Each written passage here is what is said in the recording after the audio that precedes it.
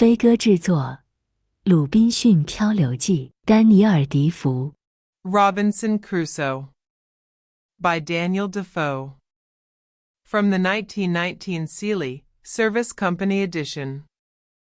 Contents: The Life and Adventures of Robinson Crusoe. The Further Adventures of Robinson Crusoe. Chapter 1, Start in Life. I was born in the year 1632, in the city of York, of a good family, though not of that country, my father being a foreigner of Bremen, who settled first at Hull. He got a good estate by merchandise, and leaving off his trade, lived afterwards at York, from whence he had married my mother, whose relations were named Robinson, a very good family in that country, and from whom I was called Robinson Kreutzner, but, by the usual corruption of words in England, we are now called, nay we call ourselves and write our name, Crusoe, and so my companions always called me. I had 2 elder brothers, one of whom was lieutenant colonel to an English regiment of foot in Flanders, formerly commanded by the famous Colonel Lockhart, and was killed at the battle near Dunkirk against the Spaniards. What became of my second brother I never knew, any more than my father or mother knew what became of me. Being the 3rd son of the family and not bred to any trade, my head began to be filled very early with rambling thoughts. My father, who was very ancient, had given me a competent share of learning, as far as house education and a country free school generally go, and designed me for the law, but I would be satisfied with nothing but going to sea, and my inclination to this led me so strongly against the will, nay, the commands of my father, and against all the entreaties and persuasions of my mother and other friends, that there seemed to be something fatal in that propensity of nature, tending directly to the life of misery which was to befall me. My father, a wise and grave man, gave me serious and excellent counsel against what he foresaw was my design. He called me one morning into his chamber, where he was confined by the gout, and expostulated very warmly with me upon this subject. He asked me what reasons, more than a mere wandering inclination, I had for leaving father's house and my native country, where I might be well introduced, and had a prospect of raising my fortune by application and industry, with a life of ease and pleasure. He told me it was men of desperate fortunes on one hand, or of aspiring, superior fortunes on the other, who went abroad upon adventures, to rise by enterprise, and make themselves famous in undertakings of a nature out of the common road, that these things were all either too far above me or too far below me, that mine was the middle state, or what might be called the upper station of low life, which he had found, by long experience, was the best state in the world, the most suited to human happiness, not exposed to the miseries and hardships, the labor and sufferings of the mechanic part of mankind, and not embarrassed with the pride, luxury, ambition, and envy of the upper part of mankind. He told me I might judge of the happiness of this state by this one thing, viz., that this was the state of life which all other people envied, that kings have frequently lamented the miserable consequence of being born to great things, and wished they had been placed in the middle of the 2 extremes, between the mean and the great, that the wise man gave his testimony to this as the standard of felicity, when he prayed to have neither poverty nor riches. He bade me observe it, and I should always find that the calamities of life were shared among the upper and lower part of mankind, but that the middle station had the fewest disasters, and was not exposed to so many vicissitudes as the higher or lower part of mankind. Nay, they were not subjected to so many distempers and uneasinesses either of body or mind, as those were who, by vicious living, luxury, and extravagances on the one hand, or by hard labor, want of necessaries, and mean or insufficient diet on the other hand, bring distemper upon themselves by the natural consequences of their way of living, that the middle station of life was calculated for all kind of virtue and all kind of enjoyments, that peace and plenty were the handmaids of a middle fortune, that temperance, moderation, quietness, health, society, all agreeable diversions, and all desirable pleasures, were the blessings attending the middle station of life, that this way men went silently and smoothly through the world, and comfortably out of it, not embarrassed with the labors of the hands or of the head, not sold to a life of slavery for daily bread, nor harassed with perplexed circumstances, which rob the soul of peace and the body of rest, nor enraged with the passion of envy, or the secret burning lust of ambition for great things, but, in easy circumstances, sliding gently through the world, and sensibly tasting the sweets of living, without the bitter, feeling that they are happy, and learning by every day's experience to know it more sensibly.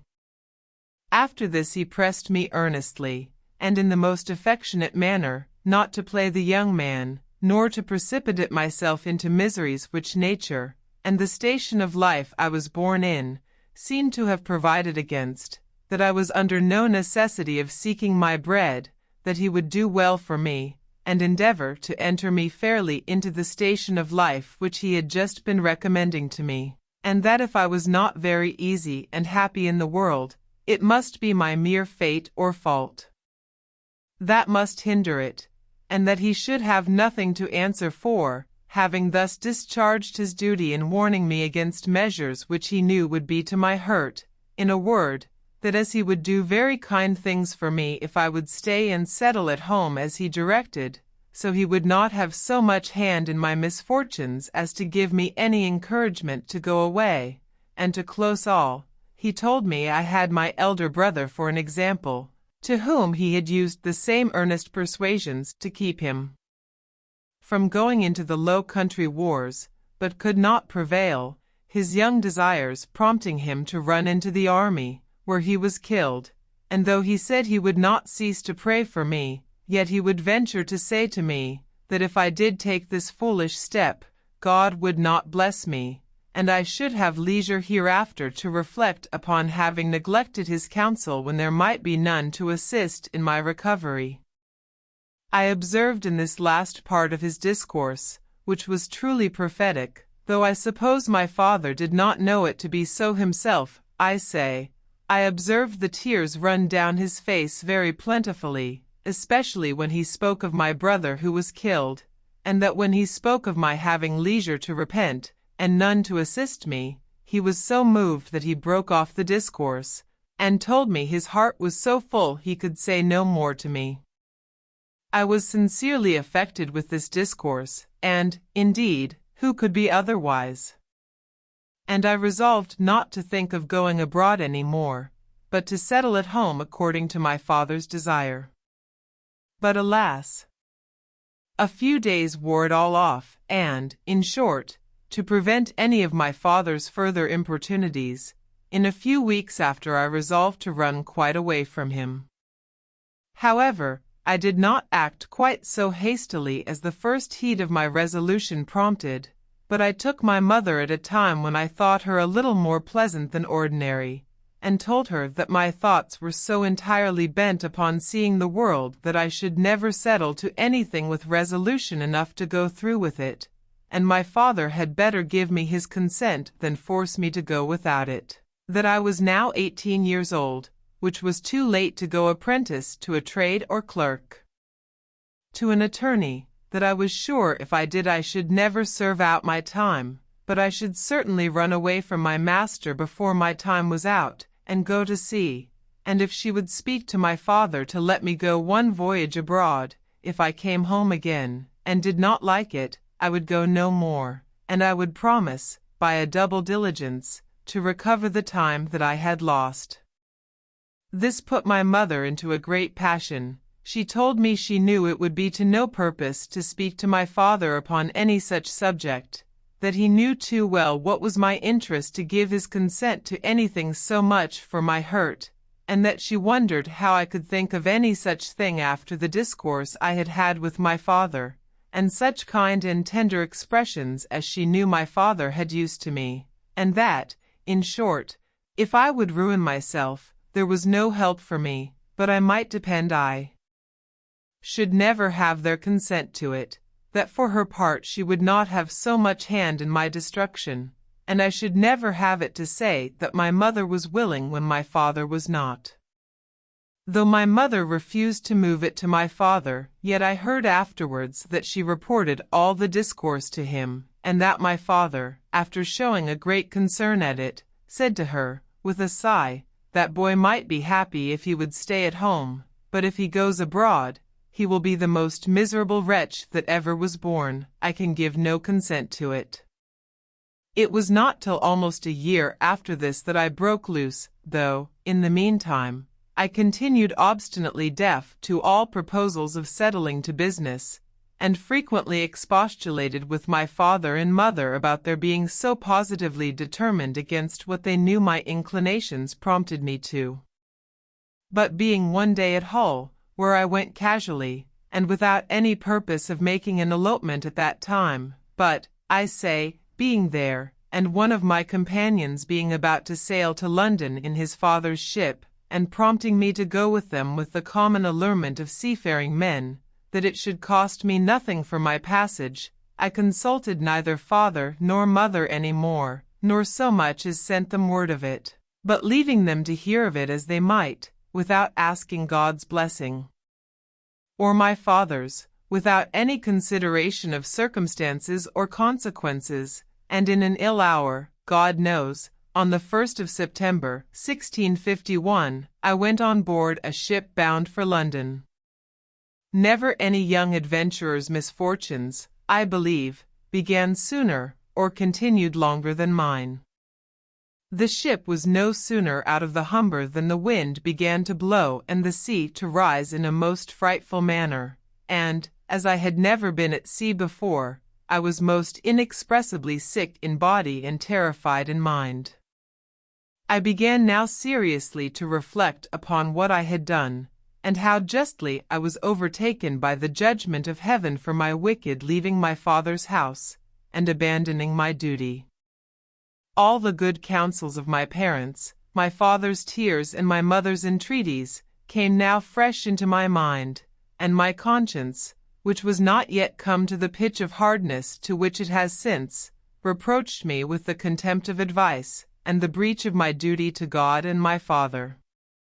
All this while the storm increased, and the sea went very high, though nothing like what I have seen many times since, no, nor what I saw a few days after, but it was enough to affect me then, who was but a young sailor, and had never known anything of the matter. I expected every wave would have swallowed us up, and that every time the ship fell down, as I thought it did, in the trough or hollow of the sea, we should never rise more. In this agony of mind, I made many vows and resolutions that if it would please God to spare my life in this one voyage, if ever I got once my foot upon dry land again, I would go directly home to my father, and never set it into a ship again while I lived, that I would take his advice, and never run myself into such miseries as these any more. Now I saw plainly the goodness of his observations about the middle station of life, how easy, how comfortably he had lived all his days, and never had been exposed to tempests at sea or troubles on shore, and I resolved that I would, like a true repenting prodigal, go home to my father. These wise and sober thoughts continued all the while the storm lasted, and indeed some time after, but the next day the wind was abated, and the sea calmer, and I began to be a little inured to it. However, I was very grave for all that day, being also a little seasick still, but towards night the weather cleared up, the wind was quite over, and a charming fine evening followed. The sun went down perfectly clear, and rose so the next morning, and having little or no wind, and a smooth sea, the sun shining upon it, the sight was, as I thought, the most delightful that ever I saw. I had slept well in the night, and was now no more seasick, but very cheerful, looking with wonder upon the sea that was so rough and terrible the day before, and could be so calm and so pleasant in so little a time after. And now, lest my good resolutions should continue, my companion, who had enticed me away, comes to me. "Well, Bob," says he, clapping me upon the shoulder, "how do you do after it? I warrant you were fright, weren't you, last night, when it blew but a capful of wind?" "A capful d'you call it," said I, "'twas a terrible storm." "A storm, you fool you," replies he, "do you call that a storm? Why, it was nothing at all. Give us but a good ship and sea room, and we think nothing of such a squall of wind as that. But you're but a freshwater sailor, Bob. Come, let us make a bowl of punch, and we'll forget all that. D'ye see what charming weather 'tis now?" To make short this sad part of my story, we went the way of all sailors. The punch was made, and I was made half drunk with it, and in that one night's wickedness I drowned all my repentance, all my reflections upon my past conduct, all my resolutions for the future. In a word, as the sea was returned to its smoothness of surface and settled calmness by the abatement of that storm, so the hurry of my thoughts being over, my fears and apprehensions of being swallowed up by the sea being forgotten, and the current of my former desires returned, I entirely forgot the vows and promises that I made in my distress. I found, indeed, some intervals of reflection, and the serious thoughts did, as it were, endeavor to return again sometimes, but I shook them off, and roused myself from them as it were from a distemper, and applying myself to drinking in company, soon mastered the return of those fits, for so I called them, and I had in 5 or 6 days got as complete a victory over conscience as any young fellow that resolved not to be troubled with it could desire.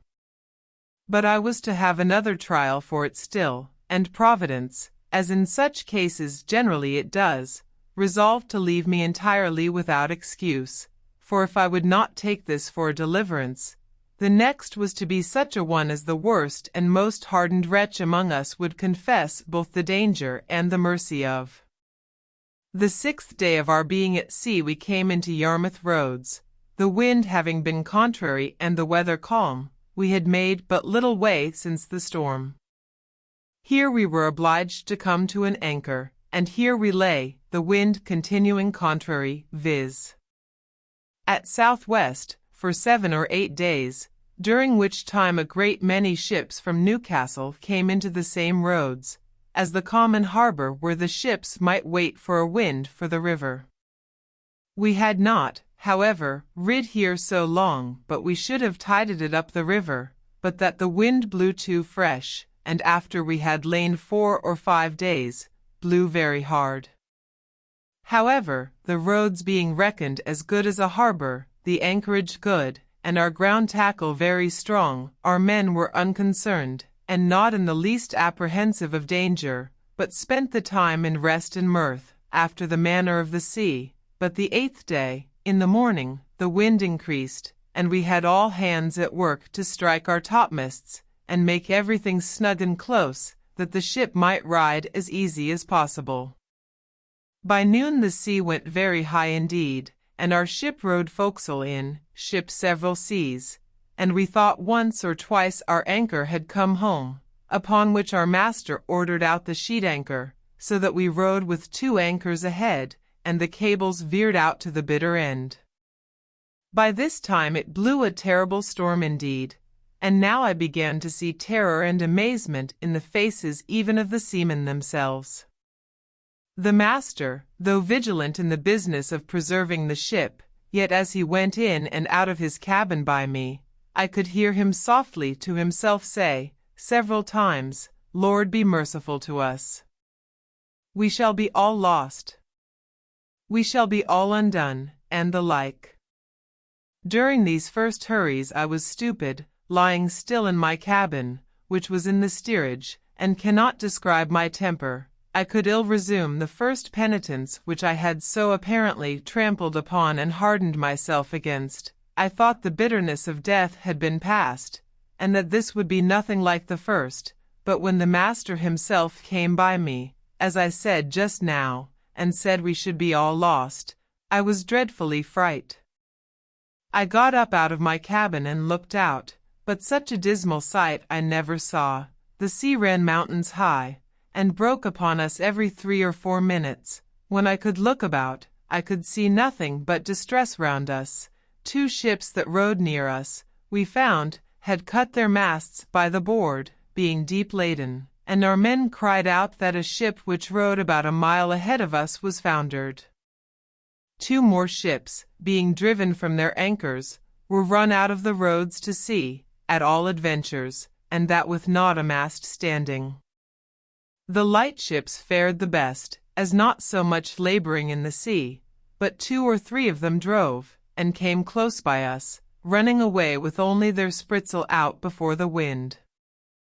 Towards evening the mate and boatswain begged the master of our ship to let them cut away the foremast, which he was very unwilling to do, but the boatswain protesting to him that if he did not the ship would founder, he consented, and when they had cut away the foremast, the mainmast stood so loose, and shook the ship so much, they were obliged to cut that away also, and make a clear deck.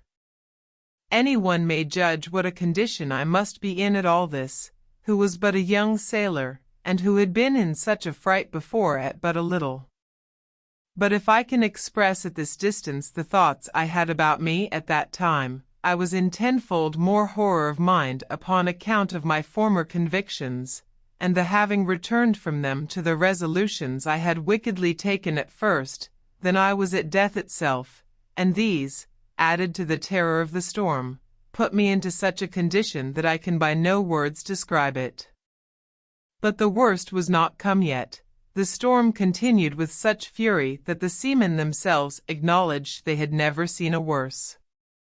We had a good ship, but she was deep laden, and wallowed in the sea, so that the seamen every now and then cried out she would founder.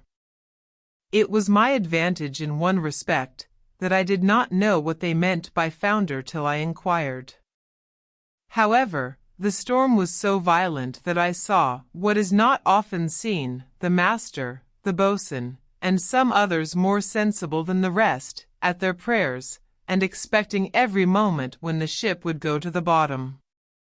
In the middle of the night, and under all the rest of our distresses, one of the men that had been down to see cried out we had sprung a leak, another said there was 4 feet water in the hold. Then all hands were called to the pump. At that word, my heart, as I thought, died within me, and I fell backwards upon the side of my bed where I sat, into the cabin. However, the men roused me, and told me that I, that was able to do nothing before, was as well able to pump as another, at which I stirred up and went to the pump, and worked very heartily.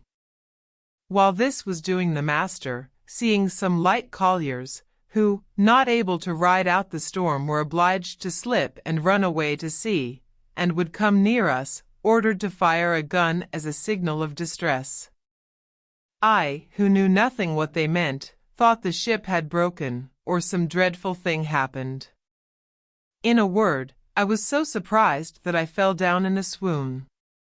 As this was a time when everybody had his own life to think of, nobody minded me, or what was become of me, but another man stepped up to the pump, and thrusting me aside with his foot, let me lie, thinking I had been dead, and it was a great while before I came to myself.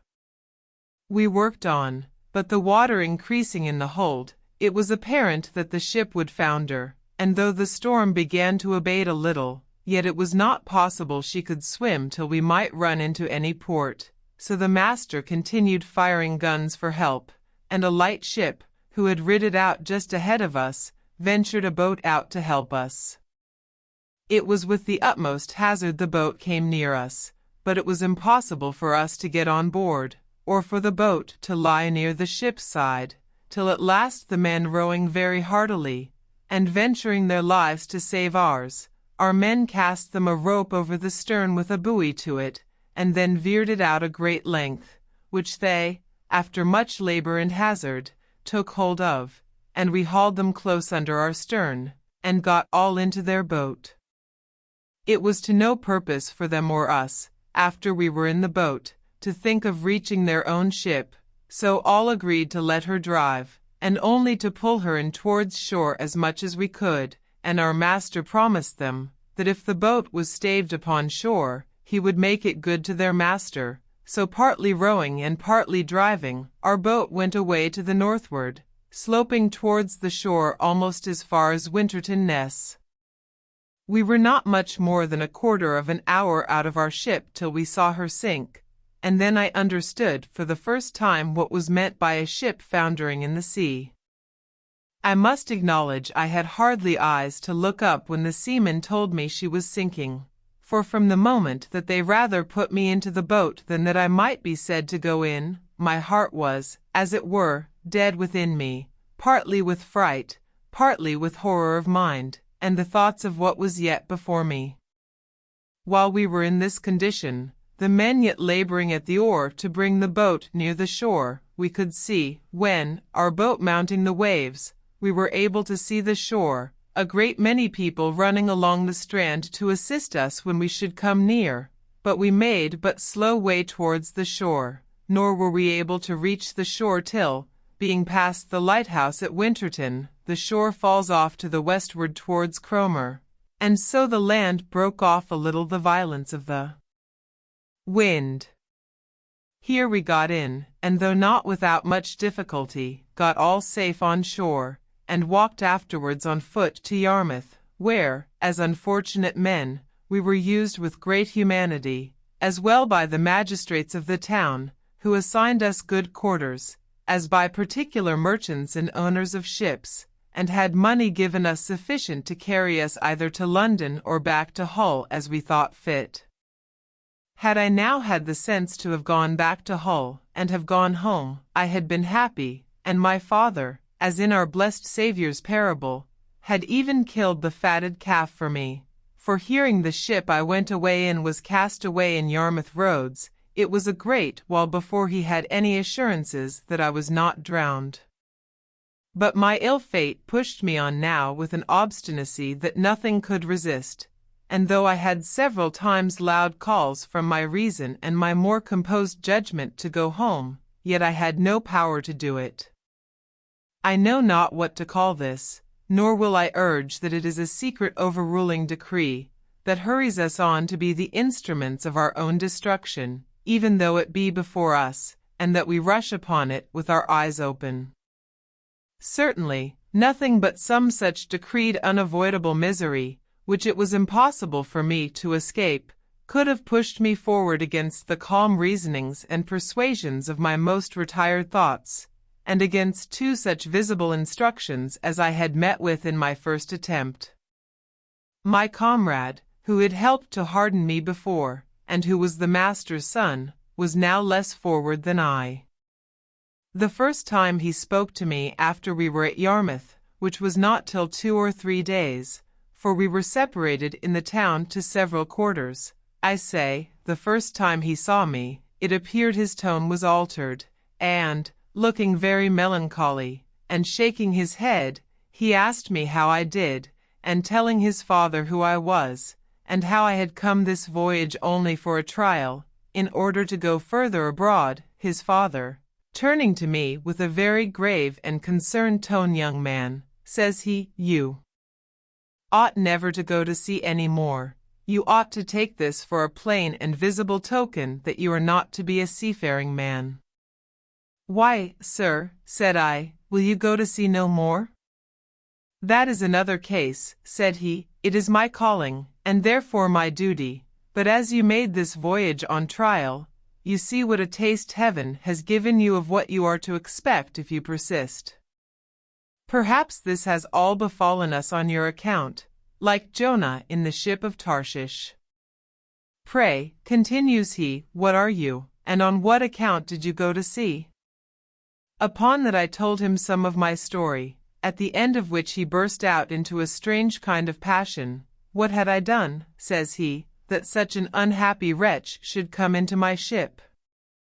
I would not set my foot in the same ship with thee again for £1,000.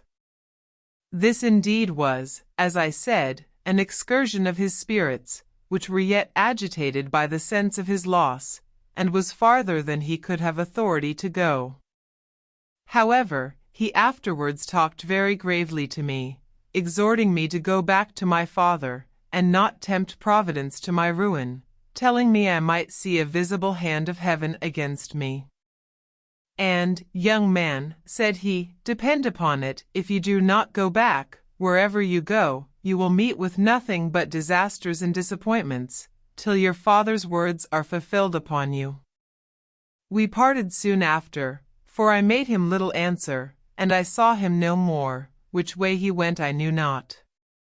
As for me, having some money in my pocket, I travelled to London by land, and there, as well as on the road, had many struggles with myself what course of life I should take, and whether I should go home or to sea. As to going home, shame opposed the best motions that offered to my thoughts, and it immediately occurred to me how I should be laughed at among the neighbours, and should be ashamed to see, not my father and mother only, but even everybody else, from whence I have since often observed, how incongruous and irrational the common temper of mankind is, especially of youth, to that reason which ought to guide them in such cases, viz., that they are not ashamed to sin, and yet are ashamed to repent, not ashamed of the action for which they ought justly to be esteemed fools, but are ashamed of the returning, which only can make them be esteemed wise men. In this state of life, however, I remained some time, uncertain what measures to take, and what course of life to lead.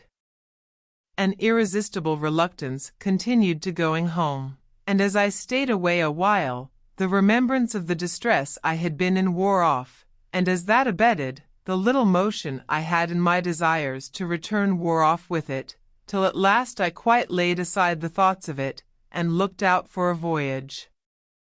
Chapter 2: Slavery and Escape. That evil influence which carried me first away from my father's house, which hurried me into the wild and indigested notion of raising my fortune, and that impressed those conceits so forcibly upon me as to make me deaf to all good advice, and to the entreaties and even the commands of my father, I say, the same influence, whatever it was, presented the most unfortunate of all enterprises to my view, and I went on board a vessel bound to the coast of Africa, or, as our sailors vulgarly called it, a voyage to Guinea. It was my great misfortune that in all these adventures I did not ship myself as a sailor, when, though I might indeed have worked a little harder than ordinary, yet at the same time I should have learnt the duty and office of a foremast man, and in time might have qualified myself for a mate or lieutenant, if not for a master. But as it was always my fate to choose for the worse, so I did here, for having money in my pocket and good clothes upon my back, I would always go on board in the habit of a gentleman, and so I neither had any business in the ship, nor learned to do any. It was my lot first of all to fall into pretty good company in London, which does not always happen to such loose and misguided young fellows as I then was, the devil generally not omitting to lay some snare for them very early, but it was not so with me. I first got acquainted with the master of a ship who had been on the coast of Guinea, and who, having had very good success there, was resolved to go again. This captain, taking a fancy to my conversation, which was not at all disagreeable at that time, hearing me say I had a mind to see the world, told me if I would go the voyage with him I should be at no expense, I should be his messmate and his companion, and if I could carry anything with me, I should have all the advantage of it that the trade would admit, and perhaps I might meet with some encouragement. I embraced the offer, and entering into a strict friendship with this captain, who was an honest, plain-dealing man, I went the voyage with him, and carried a small adventure with me, which, by the disinterested honesty of my friend the captain, I increased very considerably, for I carried about £1.40 in such toys and trifles as the captain directed me to buy. These £1.40 I had mustered together by the assistance of some of my relations whom I corresponded with, and who, I believe, got my father, or at least my mother, to contribute so much as that to my first adventure. This was the only voyage which I may say was successful in all my adventures, which I owe to the integrity and honesty of my friend the captain, under whom also I got a competent knowledge of the mathematics and the rules of navigation, learned how to keep an account of the ship's course, take an observation, and, in short, to understand some things that were needful to be understood by a sailor, for, as he took delight to instruct me, I took delight to learn, and, in a word, this voyage made me both a sailor and a merchant, for I brought home £5 9 ounces of gold dust for my adventure, which yielded me in London, at my return, almost £1 300, and this filled me with those aspiring thoughts which have since so completed my ruin. Yet even in this voyage I had my misfortunes too, particularly that I was continually sick, being thrown into a violent calenture by the excessive heat of the climate, our principal trading being upon the coast, from latitude of 15 degrees north even to the line itself. I was now set up for a Guinea trader, and my friend, to my great misfortune, dying soon after his arrival, I resolved to go the same voyage again, and I embarked in the same vessel with one who was his mate in the former voyage, and had now got the command of the ship. This was the unhappiest voyage that ever man made, for though I did not carry quite £1 100 of my new-gained wealth, so that I had £1 200 left, which I had lodged with my friend's widow, who was very just to me, yet I fell into terrible misfortunes.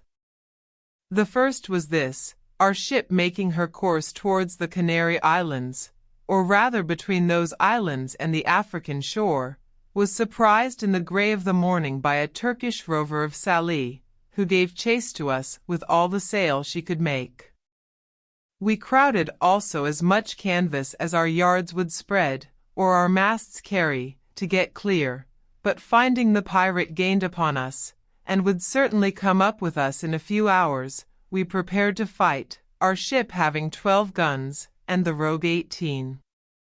About 3 in the afternoon he came up with us, and bringing to, by mistake, just athwart our quarter, instead of athwart our stern, as he intended, we brought 8 of our guns to bear on that side, and poured in a broadside upon him, which made him sheer off again, after returning our fire, and pouring in also his small shot from near 200 men which he had on board. However, we had not a man touched, all our men keeping close. He prepared to attack us again, and we to defend ourselves. But laying us on board the next time upon our other quarter, he entered 60 men upon our decks, who immediately fell to cutting and hacking the sails and rigging. We plied them with small shot, half-pikes, powder chests, and such like, and cleared our deck of them twice. However, to cut short this melancholy part of our story, our ship being disabled, and 3 of our men killed, and 8 wounded, we were obliged to yield, and were carried all prisoners into Sallee, a port belonging to the Moors. The usage I had there was not so dreadful as at first I apprehended, nor was I carried up the country to the Emperor's court, as the rest of our men were, but was kept by the captain of the rover as his proper prize, and made his slave, being young and nimble, and fit for his business. At this surprising change of my circumstances, from a merchant to a miserable slave, I was perfectly overwhelmed, and now I looked back upon my father's prophetic discourse to me, that I should be miserable and have none to relieve me, which I thought was now so effectually brought to pass that I could not be worse, for now the hand of heaven had overtaken me, and I was undone without redemption. But, alas! This was but a taste of the misery I was to go through, as will appear in the sequel of this story. As my new patron, or master, had taken me home to his house, so I was in hopes that he would take me with him when he went to sea again, believing that it would some time or other be his fate to be taken by a Spanish or Portugal man-of-war, and that then I should be set at liberty. But this hope of mine was soon taken away, for when he went to sea, he left me on shore to look after his little garden, and do the common drudgery of slaves about his house, and when he came home again from his cruise, he ordered me to lie in the cabin to look after the ship. Here I meditated nothing but my escape, and what method I might take to effect it, but found no way that had the least probability in it, nothing presented to make the supposition of it rational, for I had nobody to communicate it to that would embark with me, no fellow slave, no Englishman, Irishman, or Scotchman there but myself, so that for 2 years, though I often pleased myself with the imagination, yet I never had the least encouraging prospect of putting it in practice. After about 2 years, an odd circumstance presented itself, which put the old thought of making some attempt for my liberty again in my head.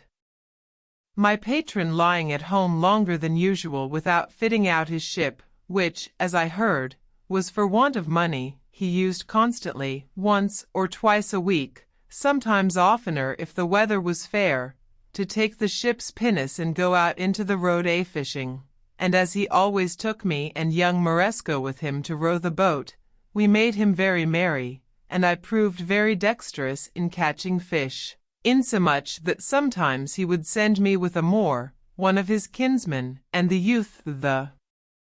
Moresco, as they called him, to catch a dish of fish for him.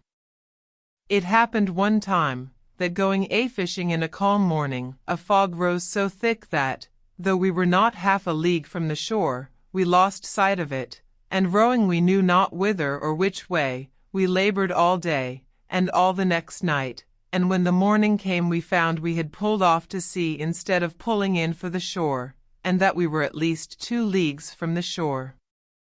However, we got well in again, though with a great deal of labor and some danger, for the wind began to blow pretty fresh in the morning, but we were all very hungry. But our patron, warned by this disaster, resolved to take more care of himself for the future, and having lying by him the longboat of our English ship that he had taken, he resolved he would not go fishing any more without a compass and some provision, so he ordered the carpenter of his ship, who also was an English slave, to build a little stateroom, or cabin, in the middle of the longboat, like that of a barge, with a place to stand behind it to steer, and haul home the main sheet, the room before for a hand or 2 to stand and work the sails. She sailed with what we call a shoulder of mutton sail, and the boom jibed over the top of the cabin, which lay very snug and low, and had in it room for him to lie, with a slave or 2, and a table to eat on, with some small lockers to put in some bottles of such liquor as he thought fit to drink, and his bread, rice, and coffee. We went frequently out with this boat fishing, and as I was most dexterous to catch fish for him, he never went without me. It happened that he had appointed to go out in this boat either for pleasure or for fish, with 2 or 3 Moors of some distinction in that place, and for whom he had provided extraordinarily, and had, therefore, sent on board the boat overnight a larger store of provisions than ordinary, and had ordered me to get ready 3 fusees with powder and shot, which were on board his ship, for that they designed some sport of fowling as well as fishing. I got all things ready as he had directed, and waited the next morning with the boat washed clean, her ancient and pendants out, and everything to accommodate his guests, when by and by my patron came on board alone, and told me his guests had put off going from some business that fell out, and ordered me, with the man and boy, as usual, to go out with the boat and catch them some fish, for that his friends were to sup at his house, and commanded that as soon as I got some fish I should bring it home to his house, all which I prepared to do. This moment my former notions of deliverance darted into my thoughts, for now I found I was likely to have a little ship at my command, and my master being gone, I prepared to furnish myself, not for fishing business, but for a voyage, though I knew not, neither did I so much as consider whither I should steer. Anywhere to get out of that place was my desire. My first contrivance was to make a pretence to speak to this Moor, to get something for our subsistence on board, for I told him we must not presume to eat of our patron's bread. He said that was true, so he brought a large basket of rusk or biscuit and 3 jars of fresh water into the boat. I knew where my patron's case of bottles stood, which it was evident, by the make, were taken out of some English prize, and I conveyed them into the boat while the Moor was on shore, as if they had been there before for our master. I conveyed also a great lump of beeswax into the boat, which weighed about 1/2 hundredweight, with a parcel of twine or thread, a hatchet, a saw, and a hammer, all of which were of great use to us afterwards, especially the wax, to make candles. Another trick I tried upon him, which he innocently came into also. His name was Ismael, which they call Muley, or Moley. So I called to him, Moley, said I, our patron's guns are on board the boat. Can you not get a little powder and shot? It may be we may kill some alchemies, a fowl like our curlews, for ourselves, for I know he keeps the gunner's stores in the ship. Yes, says he, I'll bring some, and accordingly he brought a great leather pouch, which held 1.5 pounds of powder, or rather more, and another with shot, that had 5 or 6 pounds, with some bullets, and put all into the boat. At the same time I had found some powder of my master's in the great cabin, with which I filled one of the large bottles in the case, which was almost empty, pouring what was in it into another, and thus furnished with everything needful, we sailed out of the port to fish. The castle, which is at the entrance of the port, knew who we were, and took no notice of us, and we were not above a mile out of the port before we hauled in our sail and set us down to fish.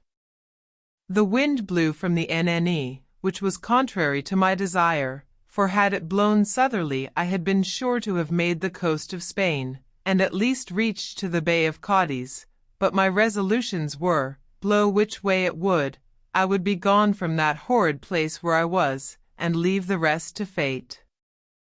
After we had fished some time and caught nothing, for when I had fish on my hook I would not pull them up, that he might not see them, I said to the Moor, this will not do, our master will not be thus served, we must stand farther off.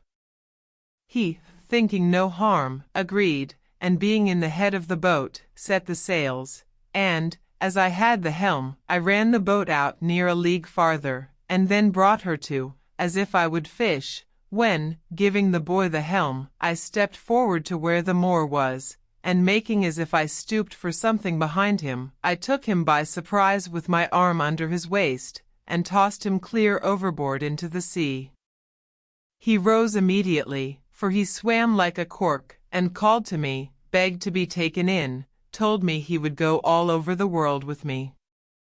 He swam so strong after the boat that he would have reached me very quickly, there being but little wind, upon which I stepped into the cabin, and fetching one of the fowling pieces, I presented it at him, and told him I had done him no hurt, and if he would be quiet I would do him none. But, said I, you swim well enough to reach to the shore, and the sea is calm, make the best of your way to shore, and I will do you no harm, but if you come near the boat I'll shoot you through the head, for I am resolved to have my liberty. So he turned himself about, and swam for the shore, and I make no doubt but he reached it with ease, for he was an excellent swimmer. I could have been content to have taken this Moor with me, and have drowned the boy, but there was no venturing to trust him. When he was gone, I turned to the boy, whom they called Xury, and said to him, Xury, if you will be faithful to me, I'll make you a great man. But if you will not stroke your face to be true to me, that is, swear by Mahomet and his father's beard, I must throw you into the sea too. The boy smiled in my face, and spoke so innocently that I could not distrust him, and swore to be faithful to me, and go all over the world with me. While I was in view of the Moor that was swimming, I stood out directly to sea with the boat, rather stretching to windward, that they might think me gone towards the strait's mouth, as indeed anyone that had been in their wits must have been supposed to do, for who would have supposed we were sailed on to the southward, to the truly barbarian coast, where whole nations of negroes were sure to surround us with their canoes and destroy us.